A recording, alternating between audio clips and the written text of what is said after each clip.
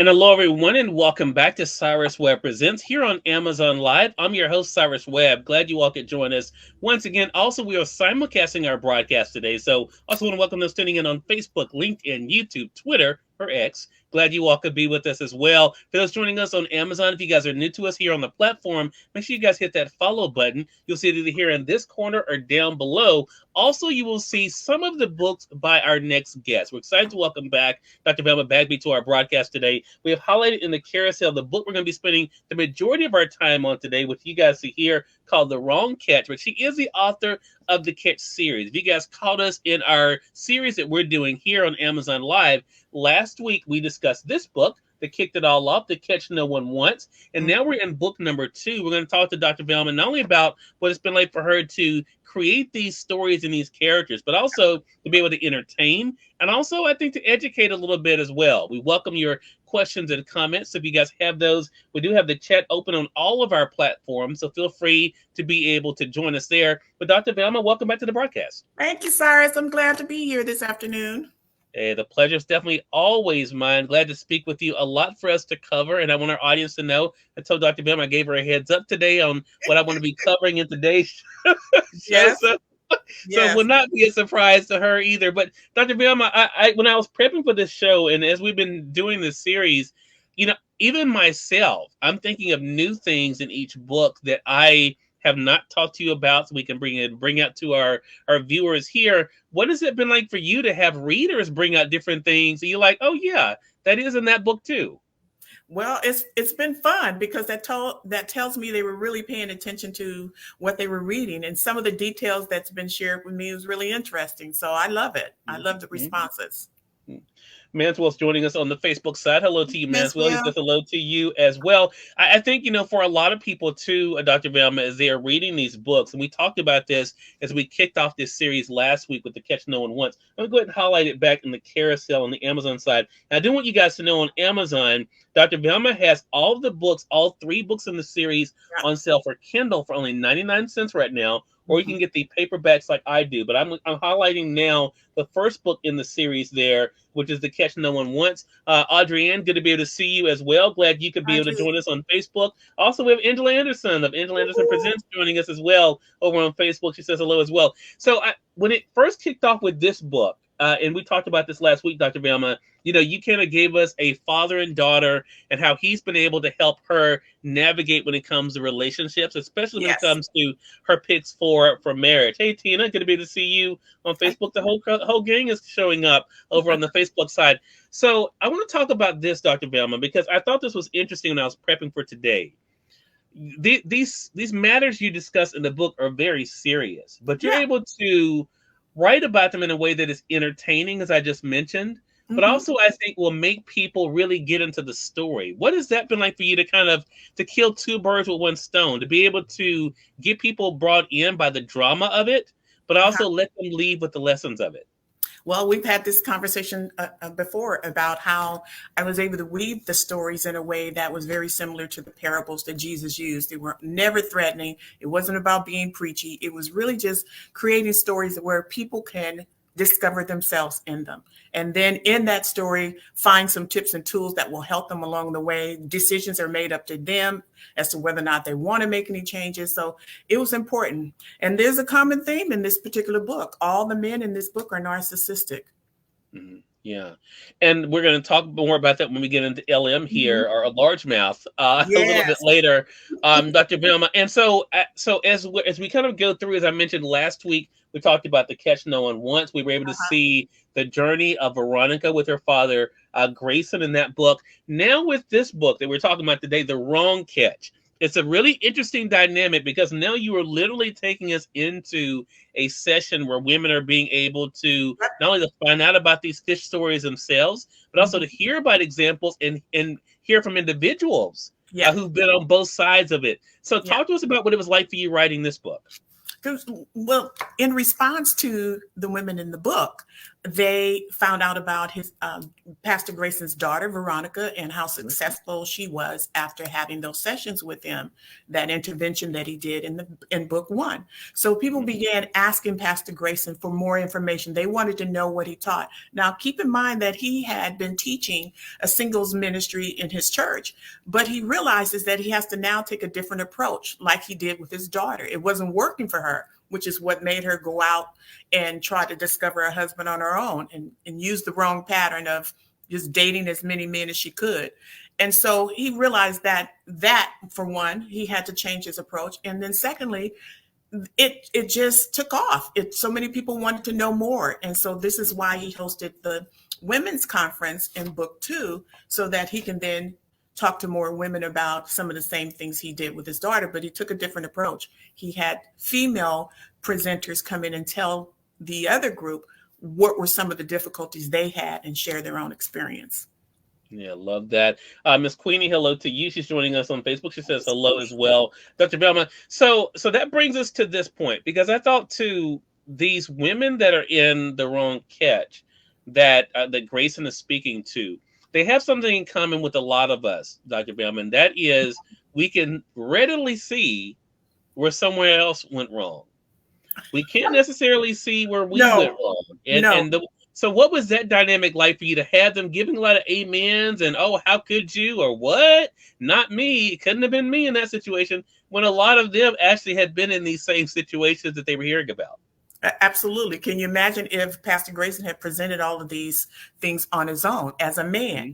So it comes across more serious and real when another woman gets up and said, this is what I fell into. This is what he's trying to help you not to do. But here's what happened to me. So it comes across differently with the speakers being the women who actually went through some of the experiences where they didn't apply some of the principles he's taught.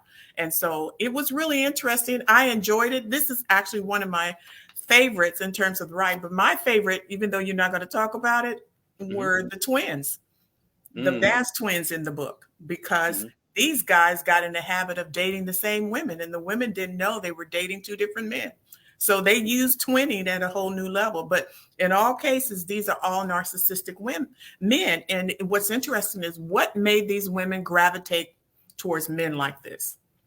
Yeah, and that is it. And we're going to talk about, for those who have the book, I'm going to go ahead and highlight it now in the carousel. Let's see. Oh boy, I'm going to say this wrong. Is it pronounced Nathan Angel on Amazon Live? Let me know if I'm mispronouncing that. They said hello to you, Dr. Velma. Hello. I think it's pronounced Nathan Angel on Amazon. I'm gonna go ahead and highlight The Wrong Catch, though, because that's the book Dr. Velma and I are going to spend the majority of our time talking about. As I mentioned, all of the books in this series, there's 3 of them. All of the Kindles are on sale right now for only 99 cents. So you guys can get those, or you can get, as I have, the paperback for $11.99 of The Wrong Catch. I'm going to go ahead and highlight it in the carousel. Now, I want to actually read something, Dr. Velma, for our audience in 2 places in this particular book. Oh, it's Myra. Myra, hello to you. Hey, Myra. Good to be able to see you. Okay, so this is for those who have their copy of the book. It's in chapter 1. I'm going to start off, though, on page number 10. That's where we're going to start in talking, and then we're going to skip over to pages 26 and 27. But here there's an introduction that's done by Grayson, and so I want to read this, kind of set the stage, and we're going to talk about it, Dr. Velma. Again, for those who have the paperback edition, on page number 10. After a few minutes, the room turned silent as they waited for the surprise speaker. Soon, one lady in the group got up and walked toward the podium. Once at the podium, she placed her hands on the side of it as if she were hanging on for dear life. Her nervousness was obvious. You could hear the slight tremble in her voice. Hello, everyone. All praises to God for being the head of my life. I'm Cheryl Alexander, and I stand before you with a healed heart from my experience dating one of the Bass brothers, a trophy fish. And then this is the part I want to talk about, and then we're going to fast forward. This is what Cheryl was saying to the audience, everybody. And I want you guys to think about who she was. Yeah. As a professional, I admit to being slightly embarrassed for allowing myself to date this guy. And this is the first time I'm talking about it publicly. I promise to be transparent as possible. My heart is that you benefit from what I share, so please ask me questions. Nothing is too personal. You might call this a divine appointment because of the timing of today's session and my recent experience. Now, she goes on to talk to them, Dr. Velma, about her Uh-huh. experience with LM in Hmm. the book.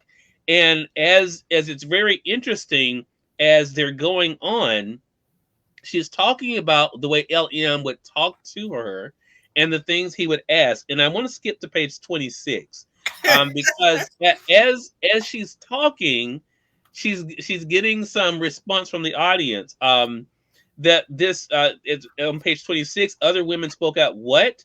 It's red. Warning. Stop. Do not pass go. But then Cheryl continues. So true. What was I doing? It was flattering at first. I felt like Cinderella getting picked up by her prince. Instead of a big white horse, I had the extra long white limousine. Rather than the fairy godmother changing my wardrobe into something fancy, I had LM sending me outfits and stylists. Now, here's the thing. As he's going out throughout this journey, he then starts to be able to get questions from her. What is your intent on dating me, right? And then, of course, him giving her instructions. I want to stop there, though, Dr. Bellman, as we talk about this. Adrienne says she remembers reading that.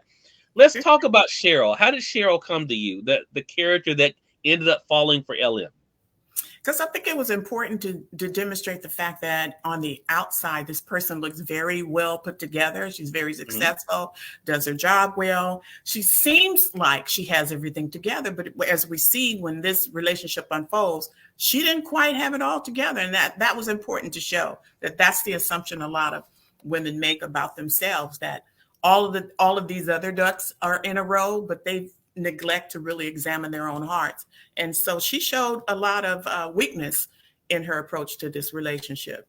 Because remember, the very first time he told her not to say anything once they get into Right. the event, that should have been a red flag to her, and it wasn't. Mhm. Right. And that's what was interesting to me as a guy reading this, Dr. Velma. It was two things came to my mind. And again, this is gonna some people may disagree with this, but I'm just talking about You myself go as a reader. ahead. So first thing is this is the mistake I think so many men and women make about thinking they can change a person, but also judging a person based on what they do and what they have. Of Because course. looking on the outside, you would think Cheryl and LM would be great together, right? I On mean, the both of them outside. look like they had right. They look like, and that's what society kind of tells us, right? You want Mhm. somebody who has what you have or more, and they should be able to do this for you and do that for you. And as Cheryl, that's why I wanted to read that part. According to Cheryl, that was what she had. Right. But it's what she didn't have that was the most important. So I want to talk about that conversation, what it's been like for you as readers, Dr. Velma, because this is a real thing today that people, men and women, not just women. I know some of my guys friends, they feel like, hey, she has to have this and that, or we can't be together, and then and Right. then she has a place. Some people feel like they have a place, for the lady in their life.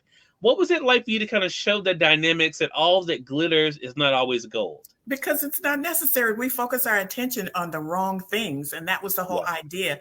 And the other thing that I thought about when I did my research for Cheryl's character and the other character, Sherilyn, I found out that there's a syndrome among professional women. And it's very much like what you said earlier. It is that if I work hard and put in the work, then I can get this to turn around. Well, that works on the job, but it doesn't work in relationships. And I think in many of the cases, both with Sherilyn and with Cheryl, they thought that was what was going to happen. And this man made it very clear. When you think of narcissism, it's the focus is always on him. Yes, he was a professional ball player. Yes, he made a lot of money. All of that, all of those things were true. But he focused on himself. It didn't matter if Cheryl was with him or not. He still wanted all the attention to be placed on himself. Yeah, exactly. I want to say for those who are just coming in, and I appreciate you guys over on the Amazon side as well. For those who are just coming in, welcome. You all are watching Cyrus Webb Presents here on Amazon Live, but we are simulcasting this on Facebook, LinkedIn, YouTube, and on Twitter or X. We're talking to Dr. Velma Bagby again today. She's the best-selling author of the Catch series. We're focusing on book number 2 in the series today, The Wrong Catch. If you missed last week's episode, we talked about the first book, The Catch No One Wants. Here on Amazon, if you look down below this episode, you'll see the previous episode that we had with Dr. Velma. So you can go back and watch that. But we're talking to her about the writing of the second book in the series. I want to bring up something that was in chapter 2 of the book. And that is the response that people had to hearing the experiences, Dr. Velma. On page 31, you write this. One woman told the group, "I don't know about you, but I heard a lot of good stuff this morning. I'm embarrassed to admit my dating mistakes and my failure to not practice any form of dating protocol. How can I be a woman of faith and date so badly? I had no proper approach to dating and was just winging it. That's all I knew to do." And this is the thing that got me. How dangerous was that? Yeah. I want to talk about that because here's where the truth part comes in, Dr. Velma. As we are talking about a novel, there is real world consequences. Oh, yes. So talk to us about that and what it's been like for you to have conversations with women about dating protocol and what they should and should not be expecting. Well, because we still practice in high school dating, and that level of dating does not work well as for adults. It just doesn't, especially those who are serious about discovering the mate that God has for them. So high school dating is just that. It's just taking whatever risks you choose you want to make with an individual without even taking into consideration who this person really is. I mean, we've heard so many tragedies, even in the news. And about the time I was writing this book, what was on my heart was what happened to the young lady that was on the news, that there were many cases where she could have been rescued from this bad relationship and nobody did. And then she ended up killing herself and the guy killed himself. So, and I've heard other stories here in California. And it was important for me to say that in there, that dating is not as simple as we think it is. We're not in high school where we get to have our parents and father and mother to help interject if they see something wrong about the guy, any of that. But as adults, we have to be very careful and make sure we're practicing, just really doing our due diligence and examining who this person really is. Yeah. I want to step back from the story for a second and talk about Dr. Velma, the author, for a moment. Because again, Dr. Velma, a lot of people got to know you for writing nonfiction. We talked briefly about this last week. But I thought talk to us about what it's been like for you to experience what is really a new career, as it were, as a Christian fiction author, something that was not in the plans for you initially. Yeah. What has that been like for you to embrace?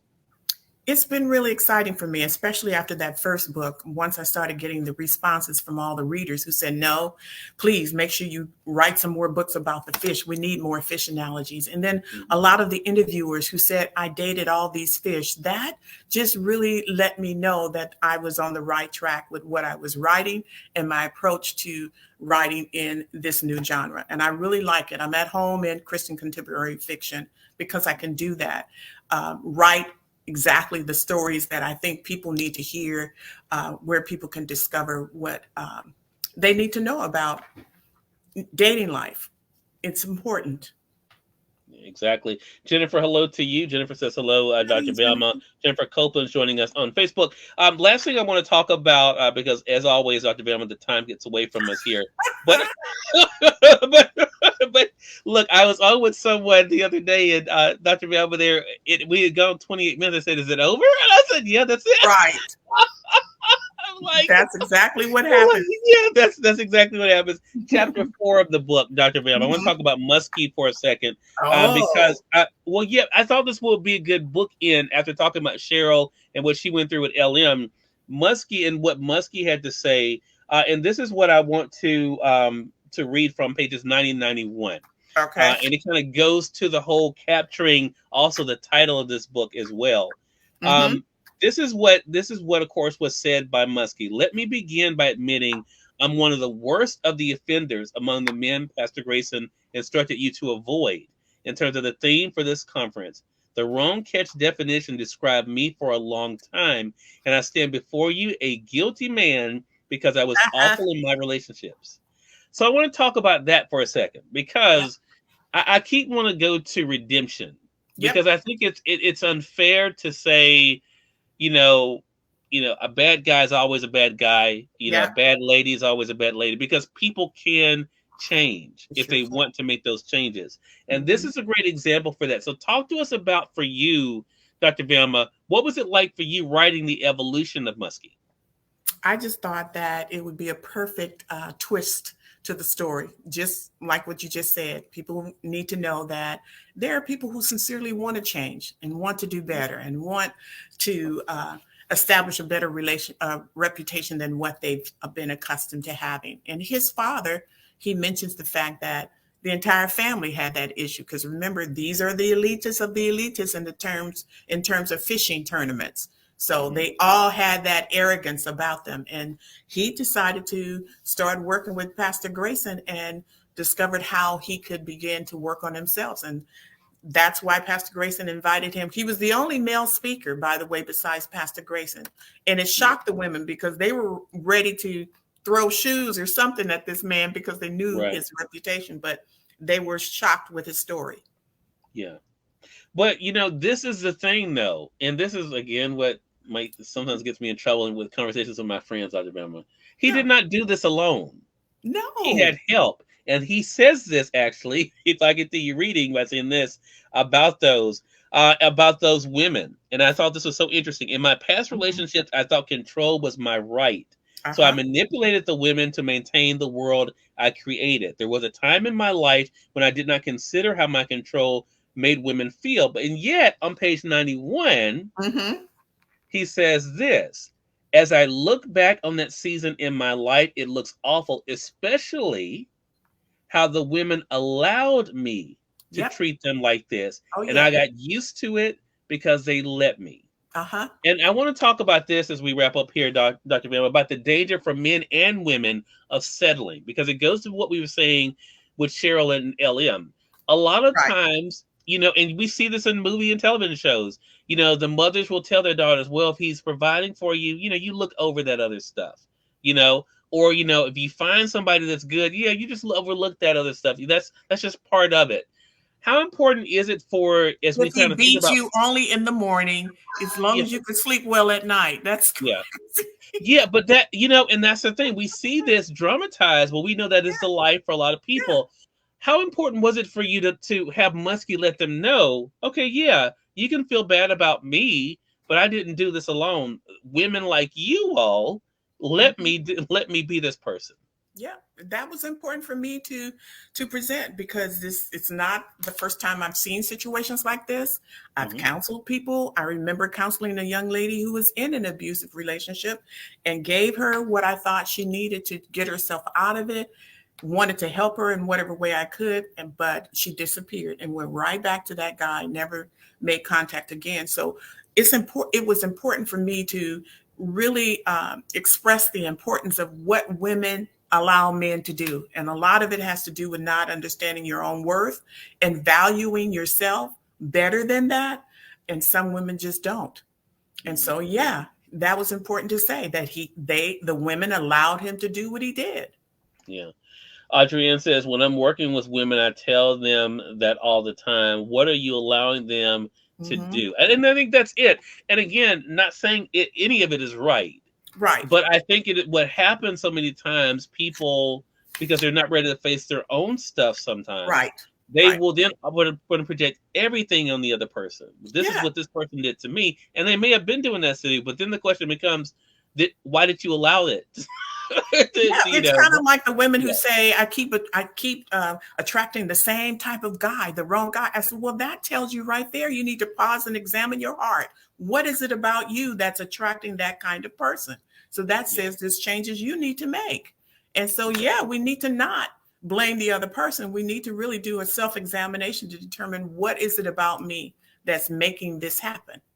Exactly. It's such a great point. Dr. Bam, as we wrap up here, what is your hope for people who, once they read The Wrong Catch, of course, it sets up what our conversation will be about next week. The Wrong Catch, She'll Tear Down the House. But what is one of the main takeaways you hope people take away from The Wrong Catch? I think the main thing is many of the things we talked about, examining, looking at the stories, and hopefully finding some things that you can recognize about your own self. If not the exact stories, maybe the tips that were provided during the conference that you can take away for yourself. Because there's a lot of wisdom wrapped up in those stories that I think anybody can take away and use and apply in their lives. Because the hope is that they'll establish a healthy relationship and really discover that one for themselves.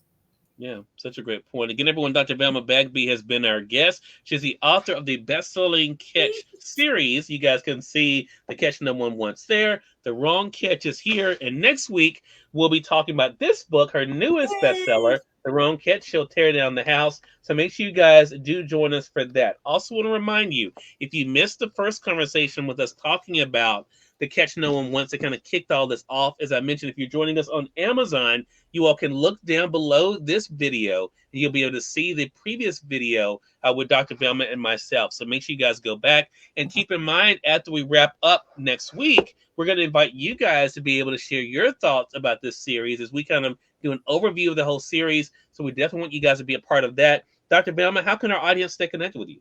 Well, I'm on all these social media platforms, so feel free to reach out, as well as subscribe to my website, drvelmabagby.com. So come on in and connect. All right. Definitely invite you guys again to do that. Again, if you guys are new to us on the Amazon Live side, make sure you guys hit that follow button before we wrap up here. Again, it's either here in this corner or down below. Also, as I mentioned, you will see the paperback and Kindle editions of the Catch series. Feel free to be able to go ahead and get those. On Amazon, the Kindle editions are only 99 cents right now. So it's a great opportunity for you guys to be able to get those as you're getting ready to go into the weekend, give you guys some great reading. And then, of course, any questions or comments you have, you can join Dr. Velma and I here next week, same time, to be able to discuss it. Dr. Velma, always a pleasure. Looking forward to our next conversation together. It was a pleasure for me too, Cyrus. Thank you. More than welcome. And we thank you, our audience, for tuning in to another great segment of Cyrus Webb Presents. Until next time, I'm Cyrus Webb saying thank you so much for being with us. We will talk to you all soon. You take care.